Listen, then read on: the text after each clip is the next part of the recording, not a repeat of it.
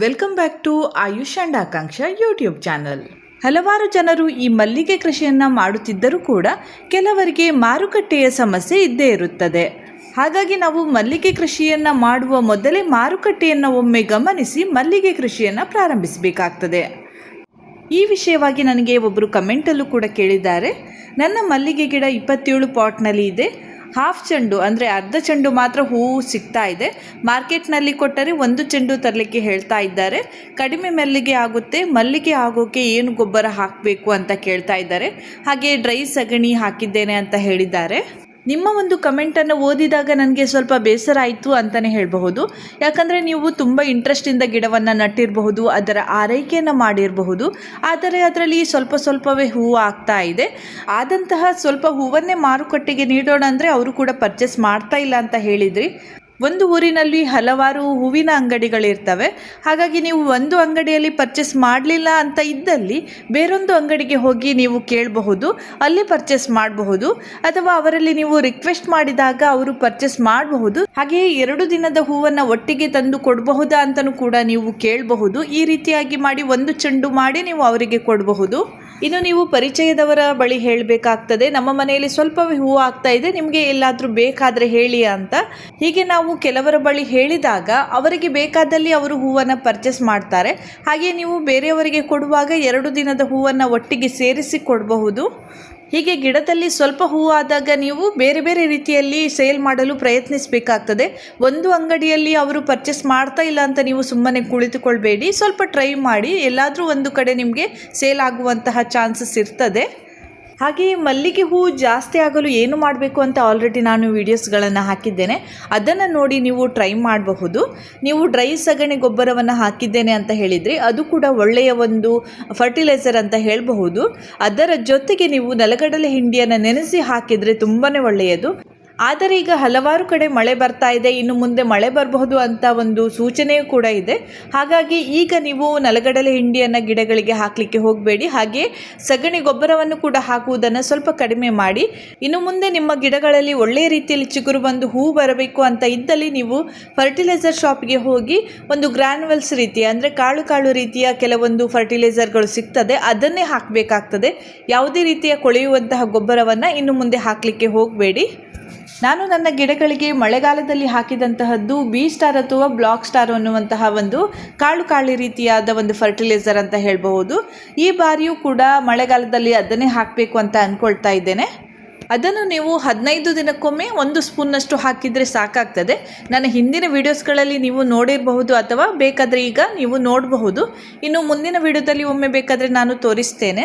ಈಗ ಸದ್ಯಕ್ಕೆ ನನ್ನ ಬಳಿ ಅದು ಸ್ಟಾಕ್ ಇಲ್ಲ, ಇನ್ನು ತರಿಸಬೇಕಾಗ್ತದೆ. ತರಿಸಿದ ನಂತರ ನಾನು ಪುನಃ ಒಂದು ವಿಡಿಯೋ ಮಾಡ್ತೇನೆ. ನೆಲಗಡಲೆ ಹಿಂಡಿ ಹಾಗೂ ದನದ ಸಗಣಿ ಗೊಬ್ಬರವನ್ನು ಗಿಡಗಳಿಗೆ ಹಾಕುವುದರಿಂದ ಒಳ್ಳೆಯ ಇಳುವರಿ ಬರ್ತದೆ.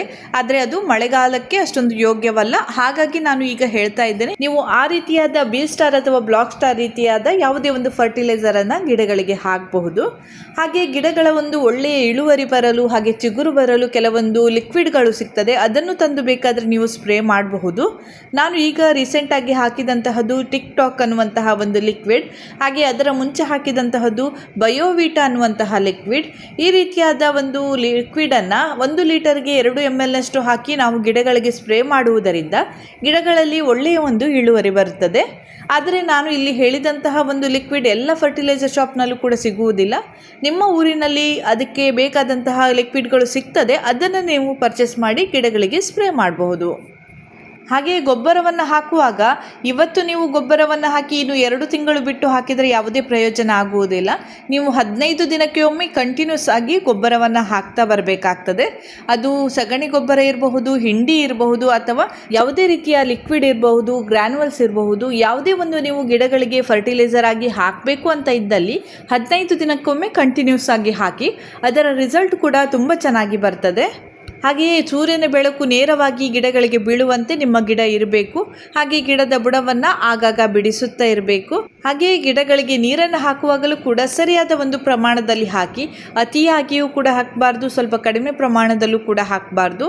ಈ ರೀತಿಯಾಗಿ ಕೆಲವೊಂದು ಪಾಯಿಂಟ್ಸ್ಗಳನ್ನು ನಾವು ಫಾಲೋ ಮಾಡಿದಾಗ ನಮ್ಮ ಗಿಡಗಳಲ್ಲಿ ಉತ್ತಮ ಇಳುವರಿ ಬರ್ತದೆ. ಇನ್ನು ನೀವು ನಟ್ಟಂತಹ ಗಿಡಗಳು ಯಾವ ರೀತಿ ಇದೆ ಅಂತ ನೋಡಿಕೊಳ್ಬೇಕಾಗ್ತದೆ. ನಾವು ಗಿಡವನ್ನು ನಡುವಾಗ ತುಂಬ ಚಿಕ್ಕ ಗಿಡವನ್ನು ನಟ್ಟಾಗ ಅದಕ್ಕೆ ಸ್ವಲ್ಪ ದೊಡ್ಡದಾಗಿ ತುಂಬ ಹೂ ಬರಲು 1 ವರ್ಷ ಆದರೂ ಬೇಕಾಗ್ತದೆ. ನಾವು ಗಿಡವನ್ನು ನಡುವಾಗ ಸ್ವಲ್ಪ ದೊಡ್ಡ ಗಿಡವನ್ನೇ ನಟ್ಟಾಗ 6 ತಿಂಗಳಲ್ಲೇ ನಮಗೆ ಒಳ್ಳೆಯ ಇಳುವರಿ ಬರ್ತದೆ. ಅದನ್ನು ಕೂಡ ಒಂದು ಗಮನದಲ್ಲಿಟ್ಟುಕೊಳ್ಳಿ. ಯಾಕಂದರೆ ಚಿಕ್ಕ ಗಿಡದಲ್ಲಿ ತುಂಬ ಹೂ ಬರಬೇಕು ಅಂತ ನಾವು ಆಸೆ ಪಡುವುದು ಕೂಡ ತಪ್ಪಾಗ್ತದೆ. ಗಿಡಗಳು ಸ್ವಲ್ಪ ದೊಡ್ಡದಾಗಿ ಬುಷಾಗಿ ಬೆಳೆದಾಗ ಒಳ್ಳೆಯ ರೀತಿಯಲ್ಲಿ ಇಳುವರಿ ಬರ್ತದೆ. ಆ ಬುಷಾಗಿ ಮಾಡಲು ನಾವು ತುಂಬಾ ಆರೈಕೆ ಮಾಡಬೇಕಾಗ್ತದೆ, ತುಂಬಾ ಎಫರ್ಟನ್ನು ಹಾಕಬೇಕಾಗ್ತದೆ. ದಿನದಲ್ಲಿ ತುಂಬ ಹೊತ್ತು ಅದರ ಜೊತೆಗೆ ಇರಬೇಕು ಅಂತ ಹೇಳಬಹುದು. ಒಂದು ವೇಳೆ ನಿಮ್ಮ ಗಿಡಗಳು ತುಂಬ ಬುಷಾಗಿ ಬೆಳೆದು ದೊಡ್ಡದಾಗಿ ಬೆಳೆದು ಕೂಡ ಹೂವು ಆಗದೇ ಇದ್ದಲ್ಲಿ ನೀವು ಆ ಗಿಡವನ್ನು ಸಾಧ್ಯವಾದರೆ ರೀಪಾಟಿಂಗ್ ಮಾಡಿ. ಕೆಲವೊಂದು ಗಿಡಗಳು ರೀಪಾಟಿಂಗ್ ಮಾಡಿದ ನಂತರ ಒಳ್ಳೆಯ ರೀತಿಯಲ್ಲಿ ಬೆಳೆದು ಹೆಚ್ಚಿನ ಇಳುವರಿಯನ್ನು ನೀಡ್ತದೆ. ಇದು ನನ್ನ ಅನುಭವದ ಮಾತು ಅಂತಲೇ ಹೇಳಬಹುದು. ನನ್ನ ಕೆಲವೊಂದು ಗಿಡದಲ್ಲಿ ಹೂವು ಆಗದೇ ಇದ್ದಾಗ ನಾನು ಅದನ್ನು ರೀಪಾಟಿಂಗ್ ಮಾಡಿದ ನಂತರ ಒಳ್ಳೆಯ ರೀತಿಯಲ್ಲಿ ಅದರಲ್ಲಿ ಇಳುವರಿ ಬಂದಿದೆ. ಹಾಗಾಗಿ ನಾನು ಆ ವಿಷಯವನ್ನು ಕೂಡ ಇಲ್ಲಿ ಹೇಳ್ತಾ ಇದ್ದೇನೆ. ಅದನ್ನು ಒಮ್ಮೆ ನೀವು ಟ್ರೈ ಮಾಡಬಹುದು. ನಾವು ಗಿಡವನ್ನು ನಡುವಾಗ ಕೆಲವೊಮ್ಮೆ ಮಣ್ಣನ್ನು ಸರಿಯಾಗಿ ಮಿಕ್ಸ್ ಮಾಡದೆ ನಟ್ಟಿರ್ತೇವೆ, ಅದಕ್ಕೆ ಮರಳನ್ನು ಮಿಕ್ಸ್ ಮಾಡದೆ ನಟ್ಟಿರ್ತೇವೆ. ಹಾಗೆ ಎಲ್ಲ ಗಿಡಗಳು ಚೆನ್ನಾಗಿ ಬೆಳೆದರೂ ಕೂಡ ಹೂವು ಆಗುವುದಿಲ್ಲ. ಇನ್ನು ಕೆಲವೊಮ್ಮೆ ಗಿಡಗಳ ಎಲೆಗಳು ಹಳದಿ ಆಗ್ತಾ ಇರ್ತದೆ, ಅದರಲ್ಲಿ ಚಿಗುರು ಕೂಡ ಹಳದಿ ಆಗ್ತಾ ಬರ್ತದೆ. ಇದೆಲ್ಲವೂ ಕೂಡ ಮಣ್ಣಿನ ಒಂದು ಸಮಸ್ಯೆಯಿಂದ ಆಗ್ತಾ ಇರ್ತದೆ. ಹಾಗಾಗಿ ಬೇಕಾದರೆ ನೀವು ಒಮ್ಮೆ ರೀಪಾಟಿಂಗ್ ಮಾಡಿ ನೋಡಿ, ಆಗ ಗಿಡಗಳು ಚೆನ್ನಾಗಿ ಬೆಳಿಬಹುದು. ಇನ್ನು ಕೆಲವೊಮ್ಮೆ ಗಿಡಗಳ ಮೇಲೂ ಕೂಡ ಅವಲಂಬಿತವಾಗಿರ್ತದೆ. ಅಂದರೆ ಕೆಲವು ತಳಿಯ ಗಿಡಗಳಲ್ಲಿ ಹೆಚ್ಚು ಹೂವಾಗ್ತದೆ, ಇನ್ನು ಕೆಲವು ತಳಿಯ ಗಿಡಗಳಲ್ಲಿ ಹೆಚ್ಚು ಎಲೆಗಳೇ ಇರ್ತದೆ. ಹೀಗೆ ಗಿಡಗಳ ಒಂದು ಸಮಸ್ಯೆ ಇದ್ದಾಗ ನಾವು ಆ ಗಿಡಕ್ಕೆ ಎಷ್ಟೇ ಆರೈಕೆ ಮಾಡಿದರೂ ಕೂಡ ತುಂಬ ಏನು ಹೂವು ಆಗುವುದಿಲ್ಲ, ಸ್ವಲ್ಪ ಸ್ವಲ್ಪವೇ ಹೂವಾಗ್ತದೆ. ಮೊದಲಿಗೆ ನೀವು ಗಿಡಕ್ಕೆ ಸರಿಯಾಗಿ ಆರೈಕೆ ಮಾಡಿ ನೋಡಿ. ನಂತರ ಆ ಗಿಡದಲ್ಲಿ ಎಷ್ಟೇ ಆರೈಕೆ ಮಾಡಿದರೂ ಕೂಡ ಹೂವು ಆಗುವುದಿಲ್ಲ ಅಂತ ಇದ್ದಲ್ಲಿ ಆ ಗಿಡದ ಸಮಸ್ಯೆಯೇ ಆಗಿರ್ತದೆ. ಹೀಗೆ ಇಂದಿನ ಈ ವಿಡಿಯೋದಲ್ಲಿ ನೀವು ಕೇಳಿದಂತಹ ಪ್ರಶ್ನೆಗೆ ನಾನು ನನಗೆ ತಿಳಿದಷ್ಟು ಮಾಹಿತಿಯನ್ನು ನೀಡಿದ್ದೇನೆ. ಹಾಗೆ ಗಿಡದಲ್ಲಿ ಹೆಚ್ಚು ಹೆಚ್ಚು ಹೂವು ಆಗಬೇಕಾದ್ರೆ ಏನು ಮಾಡಬೇಕು ಅಂತ ವಿಡಿಯೋನು ಕೂಡ ಹಾಕಿದ್ದೇನೆ. ಆ ವಿಡಿಯೋವನ್ನು ಒಮ್ಮೆ ನೋಡಿ ನಂತರ ನೀವು ನಿಮ್ಮ ಗಿಡದ ಸರಿಯಾದ ಆರೈಕೆಯನ್ನು ಮಾಡಿ, ಆಗ ಗಿಡಗಳಲ್ಲಿ ಒಳ್ಳೆಯ ರೀತಿಯಲ್ಲಿ ಇಳುವರಿ ಬರಬಹುದು. ಇಲ್ಲಿಗೆ ಇಂದಿನ ಈ ವಿಡಿಯೋವನ್ನು ನಾನು ಮುಗಿಸ್ತಾ ಇದ್ದೇನೆ. ಮುಂದಿನ ವಿಡಿಯೋದೊಂದಿಗೆ ಮತ್ತೆ ಭೇಟಿ ಆಗ್ತೇನೆ. ನನ್ನ ಈ ವಿಡಿಯೋ ಇಷ್ಟ ಆದರೆ ಲೈಕ್ ಮಾಡಿ, ಶೇರ್ ಮಾಡಿ, ಹಾಗೆಯೇ ಸಬ್ಸ್ಕ್ರೈಬ್ ಮಾಡೋದನ್ನು ಮರಿಬೇಡಿ.